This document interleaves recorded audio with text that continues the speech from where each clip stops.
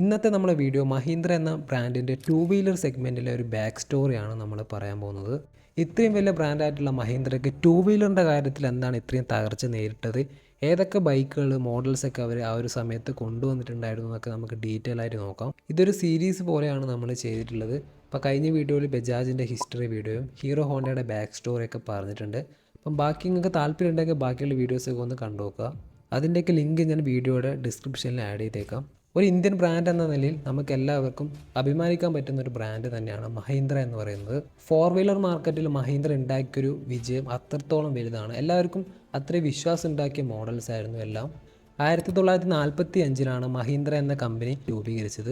3 വ്യക്തികൾ ചേർന്നിട്ടാണ് കമ്പനി ആദ്യമായിട്ട് രൂപീകരിച്ചത്. ജഗദീഷ് ചന്ദ്രയും കൈലാസ് ചന്ദ്രയും ഗുലാം മുഹമ്മദ് എന്ന് പറയുന്ന 3 വ്യക്തികൾ ചേർന്നിട്ടാണ് കമ്പനി രൂപീകരിച്ചത്. ഈ ഗുലാം മുഹമ്മദ് എന്ന് പറയുന്ന വ്യക്തി ആ ഒരു സമയത്ത് ഫിനാൻഷ്യലി നല്ല ഗ്രോത്ത് ഉള്ള ഒരാളായിരുന്നു. മാത്രമല്ല എല്ലാ മേഖലയിലും അദ്ദേഹത്തിന് നല്ലൊരു കണക്ഷനും പിടിപാടൊക്കെ ഉണ്ടായിരുന്നു. മഹീന്ദ്ര ഗ്രൂപ്പ് മുഹമ്മദ് എന്ന് പറയുന്ന വ്യക്തിയും ചേർന്നിട്ടാണ് കമ്പനി ഉണ്ടാക്കിയത്. ആ ഒരു സമയത്ത് മഹീന്ദ്ര ആൻഡ് മുഹമ്മദ് എന്ന് പറയുന്ന ഒരു പേരിലായിരുന്നു കമ്പനി സ്ഥാപിച്ചത്. അങ്ങനെ 1947 ഇന്ത്യയും പാകിസ്ഥാനും വിഭജിക്കാൻ തുടങ്ങി. പല മുസ്ലിങ്ങളും ഇന്ത്യയിലുള്ള പല മുസ്ലിങ്ങളും പാകിസ്ഥാനിലേക്ക് കുടിയേറി പാർക്കാൻ തുടങ്ങി.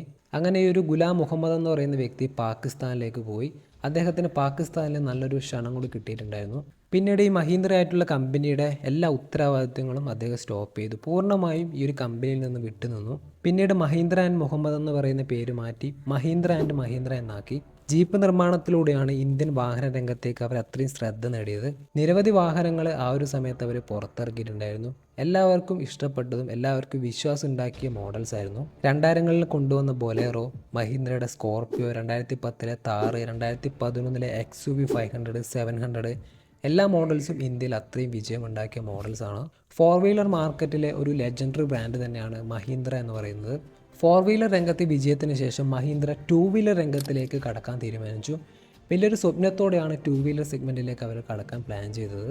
കാരണം പ്രത്യേകിച്ച് വലിയൊരു ബിസിനസ്സാണ്. ഇന്ത്യൻ മാർക്കറ്റിൽ ടു വീലർ അത്രയും ഇമ്പോർട്ടൻസ് ഉണ്ട്.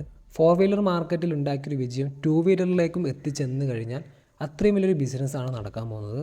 അങ്ങനെ കോടിക്കണക്കിന് രൂപ മഹീന്ദ്ര ടു വീലർ മാർക്കറ്റിന് വേണ്ടിയിട്ട് ഇൻവെസ്റ്റ് ചെയ്തു. നിരവധി സ്കൂട്ടേഴ്സും ബൈക്കുകളൊക്കെ ആ ഒരു സമയത്ത് അവർ പുറത്തിറക്കിയിട്ടുണ്ടായിരുന്നു. പക്ഷെ അവസാനം സംഭവിച്ചത് മറ്റൊന്നായിരുന്നു. അവരുണ്ടാക്കി കൊണ്ടുവന്ന പല മോഡൽസും ഇന്ത്യയിൽ അത്രത്തോളം പരാജയം ഏറ്റുവാങ്ങാൻ തുടങ്ങി. ആ ഒരു സമയത്ത് തന്നെ ഇന്ത്യയിലെ തന്നെ ഏറ്റവും വലിയ പരാജയങ്ങളൊന്നായിട്ട് മഹീന്ദ്രയുടെ ടു വീലർ കമ്പനി മാറാൻ തുടങ്ങി. ഫോർ വീലർ സെഗ്മെൻറ്റിൽ അത്രത്തോളം വിജയം ഉണ്ടാക്കിയ ബ്രാൻഡിന്, ജനങ്ങൾക്കിടയിലേക്ക് അത്രയും വിശ്വാസം ഉണ്ടാക്കിയ ബ്രാൻഡിന് ടു വീലർ മാർക്കറ്റിലേക്ക് വരുമ്പോൾ എന്തൊക്കെ മാറ്റങ്ങൾ സംഭവിച്ചു, എന്തൊക്കെ പ്രശ്നങ്ങൾ അവർ നേരിട്ടു, ഏതൊക്കെ മോഡൽസ് ആ ഒരു സമയത്ത് കൊണ്ടുവന്നിട്ടുണ്ടായിരുന്നു എന്നൊക്കെ നോക്കാം. 2008 മഹീന്ദ്രയുടെ ടു വീലർ എൻട്രി. പക്ഷേ ആ ഒരു സമയത്ത് അവർ ബൈക്കുകളും സ്കൂട്ടറൊന്നും സ്വന്തമായിട്ട് കൊണ്ടുവന്നിട്ടില്ല. സാമ്പത്തിക പ്രതിസന്ധിയിലായിരുന്ന കൈനറ്റിക് മോട്ടോഴ്സിനെ സഹായിച്ചുകൊണ്ടാണ്, ആ ഒരു ബിസിനസ് ഏറ്റെടുത്തുകൊണ്ടാണ് അവർ ടു വീലർ രംഗത്തേക്ക് കടന്നു വന്നത്. ആദ്യം കൊണ്ടുവന്ന പല മോഡലും കൈനറ്റിക്കിൻ്റെ അപ്ഡേറ്റഡ് വേരിയൻ്റ് ആയിരുന്നു. അങ്ങനെ 2008 ടു വീലർ വിഭാഗത്തിൽ അവരുടെ പ്രധാനപ്പെട്ട മോഡൽ പുറത്തിറക്കി. മഹീന്ദ്രയുടെ ഫ്ലൈറ്റോ എന്ന് പറഞ്ഞിട്ടുള്ള മോഡൽ. അതൊരു 125cc ഉള്ളൊരു സ്കൂട്ടറായിരുന്നു. കൈനറ്റിക്കിൻ്റെ പ്ലാറ്റ്ഫോമിൽ ഉണ്ടാക്കിയിട്ടുള്ളൊരു സ്കൂട്ടറും കൂടിയാണ്. ഫാമിലി യൂസിന് പറ്റിയ വണ്ടിയാണെങ്കിലും ഇന്ത്യയിൽ മോഡൽസ് വിജയിച്ചിട്ടില്ല. ആ ഒരു സമയത്ത് ഹോണ്ടയുടെ ആക്റ്റീവയൊക്കെ നല്ല പോപ്പുലറായിരുന്നു. എല്ലാവരും വാങ്ങിച്ച മോഡൽ ഒന്നായിരുന്നു. പിന്നീട് 2009 ഡ്യൂറോനെ പുറത്തിറക്കി. 125cc ഉള്ളൊരു സ്ട്രോങ് ഡിസൈനിൽ വരുന്ന ഒരു സ്കൂട്ടറായിരുന്നു. പക്ഷേ ഡിസൈൻ്റെ ഒരു പോരായ്മ കൊണ്ട് വണ്ടി പലർക്കും ഇഷ്ടപ്പെടാതെ പോയി. ആ ഒരു സമയങ്ങളിലാണ് ഹോണ്ടയുടെ ആക്റ്റീവ, സുസുക്കിയുടെ ആക്സസ് ഒക്കെ ഇന്ത്യൻ മാർക്കറ്റിൽ അത്രയും സെയിൽസ് ഉണ്ടാക്കിയ മോഡൽസ്. അതുകൊണ്ട് തന്നെ മഹീന്ദ്രയുടെ ഡ്യൂറോനെ ആരും മൈൻഡ് ചെയ്തിട്ടില്ല. വണ്ടി അങ്ങനെ ആരും വാങ്ങിച്ചിട്ടില്ല. പിന്നെ 2009 മഹീന്ദ്ര റോഡിയോ എന്ന് പറഞ്ഞിട്ടുള്ള മോഡലിനെ പുറത്തിറക്കി. Digital metre, USB charging boat, അങ്ങനെ ഒരുപാട് ഫീച്ചറൊക്കെ കൊടുത്തിട്ടുണ്ടെങ്കിലും എന്നിട്ടും പരാജയമായിരുന്നു. 2010 മഹീന്ദ്ര സ്റ്റാലിയോ എന്ന് പറഞ്ഞിട്ടുള്ള ഒരു കമ്മ്യൂട്ടിംഗ് മോട്ടോർ സൈക്കിളിന് കൂടി പുറത്തിറക്കി. 106cc എയർ കൂൾഡ് എഞ്ചിനായിരുന്നു. Digital meter console, LED tail lamp, electric starting സിസ്റ്റമൊക്കെ വണ്ടിക്കുണ്ടെങ്കിലും ആ വണ്ടിയും ശരിക്കും പരാജയമായിരുന്നു. ഈ വണ്ടിയും പരാജയപ്പെടാനുള്ള മെയിൻ റീസൺ ഒന്ന് ഗിയർ ബോക്സിൻ്റെ കുറച്ച് പ്രശ്നങ്ങൾക്ക് ആ ഒരു സമയത്ത് വണ്ടിക്ക് ഉണ്ടായിരുന്നു. പിന്നെ മഹീന്ദ്ര എന്ന ബ്രാൻഡിൻ്റെ ടു വീലറിനോടുള്ള വിശ്വസ്തത കുറവ് പലർക്കും റീസൺ ഇടയാക്കിയിട്ടുണ്ട്. മറുവശം നോക്കുവാണെങ്കിൽ മറ്റുള്ള പല ബ്രാൻഡും ഇന്ത്യൻ മാർക്കറ്റിൽ അത്രയും ഇൻപുട്ട് ഉണ്ടാക്കിയിട്ടുണ്ട്. ഉദാഹരണം ബജാജ് ആയാലും ഹീറോ ആയാലും ഹോണ്ട ആയാലും സുസുക്കി ആയാലും ആ ഒരു ബ്രാൻഡിനോടൊക്കെ ഉണ്ടായിട്ടുള്ള ട്രസ്റ്റ് ശരിക്കും മഹീന്ദ്ര എന്ന ബ്രാൻഡിനോട്, ടു വീലർ ബ്രാൻഡിനോട് ശരിക്കും പലർക്കും ഇല്ലായിരുന്നു. അങ്ങനെ കുറച്ച് മാറ്റങ്ങളൊക്കെ വരുത്തി, പേരിലും കുറച്ച് മാറ്റങ്ങളൊക്കെ വരുത്തി 2013 വീണ്ടും ഒരു മോഡലിനെ പുറത്തിറക്കി. അതാണ് മഹീന്ദ്രയുടെ പാൻഡ്രോ. ഇതിന് 110cc എഞ്ചിനാണ്. Digital meter console, LED light, അങ്ങനെയുള്ള എല്ലാ ഫീച്ചേഴ്സും വണ്ടിക്ക് കൊടുത്തു. ഇതിൻ്റെ ഏറ്റവും വലിയ ഹൈലൈറ്റ് വണ്ടിയുടെ മൈലേജ് ആണ്. ഏകദേശം 79 km/ലിറ്റർ ആയിട്ടുള്ള മൈലേജ് വണ്ടിക്ക് കിട്ടിയിട്ടുണ്ടായിരുന്നു ആ ഒരു സമയം. പക്ഷേ ഇതൊന്നും ശരിക്കും വണ്ടീനെ സക്സസ് ആകാൻ ഇടയാക്കിയിട്ടില്ല. എതിരാളിയാണെങ്കിൽ അത്രയും സ്ട്രോങ് ആയിരുന്നു. ഹീറോയുടെ സ്പ്ലെൻഡറൊക്കെ ആ ഒരു സമയത്ത് അത്രയും സെയിൽസ് ഉണ്ടാക്കിയ മോഡൽസാണ്. അങ്ങനെ മികച്ച മൈലേജ് തരുന്ന പാൻഡ്രോ 2015 ഡിസ്കണ്ടിന്യൂ ചെയ്തു. പാൻഡ്രോ ഇറക്കിയ അതേ വർഷം തന്നെ മഹീന്ദ്ര സെൻഡ്യൂറോ എന്ന് പറയുന്ന മോഡലിനെ ലോഞ്ച് ചെയ്തു. ശരിക്കും പറഞ്ഞാൽ മഹീന്ദ്രയുടെ ചരിത്രത്തിലെ തന്നെ ഏറ്റവും വിജയങ്ങളൊന്നായ ഒരു മോഡലാണ് മഹീന്ദ്രയുടെ സെൻഡ്യൂറോ. ബാക്കി കൊണ്ടുവന്ന എല്ലാ മോഡൽസും പരാജയമാണെങ്കിലും കുറച്ചൊക്കെ മോഡൽ പിടിച്ചു നിന്നെങ്കിലും ഏറ്റവും വിജയം ഉണ്ടാക്കിയ മോഡൽ സെൻഡ്യൂറോ തന്നെയാണ്. സ്പ്ലെൻഡറോ ബാക്കിയുള്ള ബ്രാൻഡിൻ്റെ ബൈക്ക് വെച്ച് കമ്പയർ ചെയ്യുമ്പോൾ സെയിൽസൊക്കെ കുറവാണെങ്കിലും മഹീന്ദ്രയുടെ സ്വന്തം ബ്രാൻഡ് എന്ന നിലയിൽ ഏറ്റവും സെയിൽസ് ഉണ്ടാക്കിയ മോഡൽസാണ് സെൻഡ്യൂറോ. ഇന്ന് പല മോഡേൺ ബൈക്കുകളിലും സാധാരണയായി കണ്ടുവരുന്ന ഫീച്ചറൊക്കെ സെൻഡ്യൂറോന് ആ ഒരു സമയത്ത് അവർ കൊടുത്തിട്ടുണ്ടായിരുന്നു. 106cc എയർ കൂൾഡ് എഞ്ചിനായിരുന്നു. മാക്സിമം പവർ 8.5 bhp ആണ്. 4 സ്പീഡ് ഗിയർ ബോക്സ് ആയിരുന്നു. ഏകദേശം ഒരു 60+ ആയിട്ടുള്ളൊരു മൈലേജും സെൻഡ്യൂറോന് അന്ന് കിട്ടിയിട്ടുണ്ടായിരുന്നു.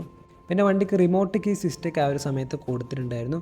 അത് വളരെ ചർച്ച ഉണ്ടാക്കിയൊരു ഫീച്ചറാണ് ആ ഒരു സമയത്ത്. പിന്നെ ഫുള്ളി ഡിജിറ്റൽ മീറ്റർ കൺസോളും സർവീസ് റിമൈൻഡറും LED ടെയിൽ സെക്ഷൻ ഒരുപാട് കാര്യങ്ങൾ ആ ഒരു സമയത്ത് വന്ന മോഡലാണ് സെൻഡ്യൂറോ. അങ്ങനെ ആയിരക്കണക്കിന് ബുക്കിംഗ് മഹീന്ദ്രയ്ക്ക് കിട്ടാൻ തുടങ്ങി. മഹീന്ദ്രയുടെ തന്നെ ഏറ്റവും പ്രതീക്ഷയുള്ളൊരു മോഡലായിട്ട് സെൻഡ്യൂറോ മാറി തുടങ്ങി. അങ്ങനെ സെൻഡ്യൂറോയുടെ പല വേർഷൻ അവർ പുറത്തിറക്കി. സെൻഡ്യൂറോ XT, സെൻഡ്യൂറോ NXT, റോക്ക് സ്റ്റാർ തുടങ്ങിയ പല വേർഷനും പുറത്തിറക്കി. എന്നാൽ തുടക്കത്തിൽ കിട്ടിയ ഒരു ആവേശം അല്ലെങ്കിൽ ആ ഒരു പ്രതീക്ഷയൊന്നും പിന്നീട് അങ്ങോട്ട് ഉണ്ടായിട്ടില്ല. ഏറ്റവും പ്രതീക്ഷ ഉണ്ടാക്കിയ സെൻഡ്യൂറോ എന്ന മോഡലിലെ സെയിൽസ് മെല്ലെ മെല്ലെ കുറയാൻ തുടങ്ങി. പിന്നീട് 2014 ഗസ്റ്റോനെ പുറത്തിറക്കിയ ഒരു വ്യത്യസ്തമായിട്ടുള്ളൊരു സ്കൂട്ടറായിരുന്നു. അഡ്ജസ്റ്റ് ചെയ്യാൻ പറ്റുന്ന സീറ്റ് ഹൈറ്റൊക്കെ ആ ഒരു മോഡൽസിന് അന്നുണ്ടായിരുന്നു. പക്ഷേ മഹീന്ദ്രക്ക് ആക്റ്റീവനെ മറികടക്കാൻ പറ്റിയിട്ടില്ല. ആക്റ്റീവയൊക്കെ ആ ഒരു സമയത്ത് ഇന്ത്യയിൽ ഉണ്ടാക്കിയൊരു സക്സസ് എന്ന് പറയുന്നത് അത്രയും വലുതാണ്. നിരവധി മോട്ടോർ സൈക്കിൾ പരാജയപ്പെട്ടിട്ടുണ്ടെങ്കിലും ഇനിയും പുതിയ ബൈക്കുകൾ കൊണ്ടുവരാനുള്ള പ്ലാനിലായിരുന്നു മഹീന്ദ്ര. അങ്ങനെ മഹീന്ദ്ര കൊണ്ടുവന്ന ബൈക്കിൽ നിന്നും വളരെ വ്യത്യസ്തമായിട്ടൊരു മോഡൽ ഇന്ത്യയിൽ പുറത്തിറക്കി. 2015 ലോഞ്ച് ചെയ്ത മഹീന്ദ്രയുടെ മോജോ ആയിരുന്നു. മഹീന്ദ്ര നല്ല പ്രതീക്ഷയോടെയും ആകാംക്ഷയോടെയും നിർമ്മിച്ച ഒരു പ്രീമിയം സെഗ്മെൻറ്റിൽ വരുന്നൊരു മോട്ടോർ സൈക്കിളാണ് മഹീന്ദ്രയുടെ മോജോ. ഇന്ത്യൻ റൈഡേഴ്സിന് ദീർഘദൂര യാത്ര അല്ലെങ്കിൽ ടൂറിങ്ങിനായിട്ട് ഒരു കരുത്തുറ്റ ബൈക്ക് നിർമ്മിക്കുക എന്ന ലക്ഷ്യത്തോടെയാണ് മോജോ ഇന്ത്യയിൽ കൊണ്ടുവന്നത്. വളരെ വ്യത്യസ്തമായിട്ടുള്ള ഒരു ഡിസൈൻ ആയിരുന്നു മഹീന്ദ്രയുടെ മോജോന് അവർ കൊടുത്തത്. ഇന്നും പലർക്കും പല അഭിപ്രായമായിരിക്കാം. വണ്ടിയുടെ ഡിസൈൻ ഇഷ്ടപ്പെടുന്നവരുണ്ട്, ഇഷ്ടപ്പെടാത്തവരുണ്ട്. ഫ്രണ്ടിലൊരു ടിൻ പോഡായിട്ടുള്ള ഹെഡ് ലാമ്പ് ആയിരുന്നു. പിന്നെ വണ്ടിയുടെ ഹാൻഡിലിൻ്റെ പോസ്റ്ററായാലും സീറ്റായാലും ടയർസ് ആയാലും എല്ലാം നമുക്ക് ഹൈവേ ടൂറിങ്ങിനൊക്കെ കറക്റ്റ് മാച്ചായിട്ടാണ് മഹീന്ദ്ര കൊടുത്തിട്ടുള്ളത്.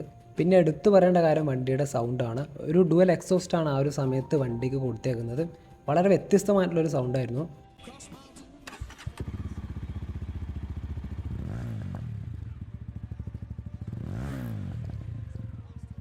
നല്ലൊരു എക്സോസ്റ്റ് നോട്ടുള്ളൊരു ബൈക്കാണ് മഹീന്ദ്രയുടെ മോജോ.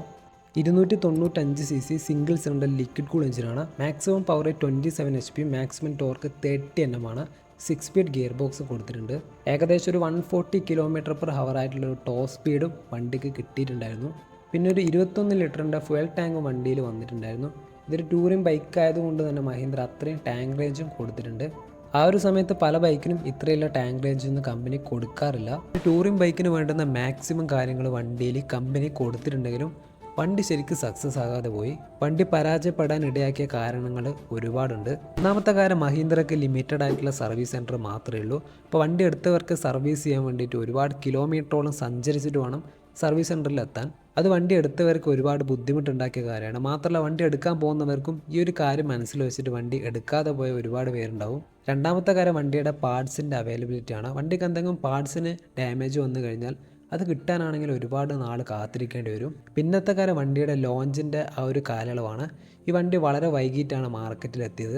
ഈ ഒരു മോഡൽസിൻ്റെ ഒരു കോൺസെപ്റ്റ് മോഡൽ 2010 ഏകദേശം ഒരു പാൻഡ്രോ ഒക്കെ ഇറങ്ങുന്നതിന് മുമ്പ് തന്നെ അവർ പുറത്ത് വിട്ടായിരുന്നു. പക്ഷേ വണ്ടി ഇന്ത്യയിലേക്ക് പ്രൊഡക്ഷൻ വേർഷൻ എത്താൻ ഏകദേശം 5 വർഷം എടുത്തു. അതും ഒരു ചെറിയ റീസൺസ് ഉണ്ടാക്കിയ കാര്യങ്ങളൊന്നാണ്. പിന്നത്തെ കാര്യം മഹീന്ദ്ര വണ്ടിയെ മാർക്കറ്റിംഗ് ചെയ്യാതെ പോയതിൻ്റെ പ്രശ്നങ്ങളാണ്. 4 വീലർ മോഡലിന് ഒരുപാട് ആഡ്സും ഒരുപാട് പ്രൊമോഷനൊക്കെ അവർ ചെയ്യാറുണ്ടെങ്കിലും 2 വീലറിന് അവർ അധികം മാക്സിമം ഔട്ട്പുട്ട് കൊടുക്കാറില്ല. അതുകൊണ്ട് തന്നെ മോജോന് വേണ്ടത്ര പ്രൊമോഷനും കമ്പനി ചെയ്തിട്ടില്ല. 2015 ഈ വണ്ടി ഇറങ്ങിയതുപോലും പല ആൾക്കാരും അറിയാതെ പോയി. ഒരു വണ്ടി ഇന്ത്യയിൽ കൊണ്ടുവന്നാൽ മാക്സിമം പ്രൊമോഷൻ കാര്യങ്ങളൊക്കെ ചെയ്യും. വണ്ടി എത്രത്തോളം മാർക്കറ്റിംഗ് ചെയ്യാൻ പറ്റുമോ അത്രത്തോളം മാർക്കറ്റിംഗ് എല്ലാ കമ്പനി ചെയ്യാറുണ്ട്. 4 വീലറിൽ നല്ല മാർക്കറ്റിംഗ് ചെയ്തിട്ടുണ്ടെങ്കിലും 2 വീലർ സെഗ്മെൻറ്റിൽ ഒരു മാർക്കറ്റിംഗ് സ്ട്രാറ്റജിയോ ഒരു പ്രൊമോഷനോ അവർ ചെയ്യാറില്ല. അതുകൊണ്ട് തന്നെയാണ് പല ബൈക്കും ആർക്കും അറിയാതെ പോയതും പല ബൈക്കും പരാജയപ്പെടാനുള്ള മെയിൻ റീസൺ. പിന്നെ മോജോ ഇറങ്ങിയ സമയത്ത് മറ്റു ബ്രാൻഡും അത്യാവശ്യം നല്ല സ്ട്രോങ് തന്നെയാണ്. KTM, ബജാജൊക്കെ. KTMൻ്റെ ആണെങ്കിൽ ഡ്യൂക്ക് 200, ബജാജിൻ്റെ ഡൊമിനറൊക്കെ എല്ലാവർക്കും പ്രിയപ്പെട്ട മോഡലായിട്ട് മാറിയിട്ടുണ്ടായിരുന്നു. മോജോന് ഒട്ടും സെയിൽസ് ഇല്ല എന്നല്ല പറയുന്നത്, കുറച്ച് ആൾക്കാർക്ക് ആ ഒരു സമയത്ത് വണ്ടി വാങ്ങിയിട്ടുണ്ടായിരുന്നു. പക്ഷേ കമ്പനിക്കൊരു വിചാരിച്ചൊരു ലെവലിലേക്കുള്ളൊരു വിജയം ഉണ്ടാക്കാൻ പറ്റിയിരുന്നില്ല. ഇപ്പോഴും മഹീന്ദ്രയുടെ മോജോ ഒക്കെ യൂസ് ചെയ്യുന്നവരുണ്ടെങ്കിൽ, ഓണറൊക്കെ ഉണ്ടെങ്കിൽ ജസ്റ്റ് ഒന്ന് കമൻറ്റ് ചെയ്യുക. ഇറങ്ങിയ സമയത്ത് വിജയിച്ച മോഡലല്ലെങ്കിലും ഇന്നും ഒരുപാട് ആൾക്കാർക്ക് പ്രിയപ്പെട്ട ബൈക്കിലൊന്നാണ് മഹീന്ദ്രയുടെ മോജോ. അപ്പോൾ അതിനുശേഷം മഹീന്ദ്രയുടെ മോജോയുടെ XT300, UT300 എന്ന് പറയുന്ന ഒരുപാട് വേർഷനൊക്കെ പുറത്തിറങ്ങി. പക്ഷേ സെയിൽസിൽ അവർക്ക് കാര്യമായിട്ടുള്ള നേട്ടങ്ങൾ നേടാൻ പറ്റിയിട്ടില്ല. ഇന്നും പലരും എടുത്തു പറയുന്ന പോസിറ്റീവാണ് വണ്ടിയുടെ എഞ്ചിനെ കുറിച്ചും വണ്ടിയുടെ പെർഫോമൻസിനെ കുറിച്ചും കംഫർട്ടിനെ കുറിച്ചൊക്കെ. ഒരു സെക്കൻഡ് ഹാൻഡ് മാർക്കറ്റിലെ ഡിമാൻഡ് നോക്കിയാലൊക്കെ അത്യാവശ്യം നല്ല റീസെയിൽ വാല്യൂള്ള ഒരു പ്രൊഡക്റ്റാണ് മോജോ. വണ്ടിയുടെ ഓവറോൾ സ്പെക്സിൽ നോക്കുകയാണെങ്കിൽ ഒരിക്കലും വണ്ടി ഫ്ലോപ്പല്ല. വണ്ടിയുടെ മാർക്കറ്റിങ്ങിലും ബിസിനസ്സിലുമാണ് വണ്ടി ഫ്ലോപ്പായത്. മഹീന്ദ്രയുടെ ഒരു ലെജൻഡറി മോട്ടോർസൈക്കിൾ തന്നെയാണ് മോജോ. ഇതൊക്കെയാണ് മഹീന്ദ്ര എന്ന ബ്രാൻഡിന് 2 വീലർ സെഗ്മെൻറ്റിൽ ഉണ്ടാക്കിയിട്ടുള്ള ഒരുപാട് വെല്ലുവിളികൾ. ഈ വീഡിയോ നിങ്ങൾക്ക് ഇഷ്ടപ്പെടുവാണെങ്കിൽ ജസ്റ്റ് ഒന്ന് ലൈക്ക് ചെയ്യുക. അപ്പോൾ നിങ്ങളുടെ അഭിപ്രായങ്ങൾ എന്തായാലും താഴെ കമൻറ്റ് ബോക്സിലിടുക. ഇതുപോലുള്ള മോട്ടോർസൈക്കിൾ കണ്ടൻറ്റിന് വേണ്ടിയിട്ട് നമ്മുടെ ചാനൽ സബ്സ്ക്രൈബും ചെയ്യുക.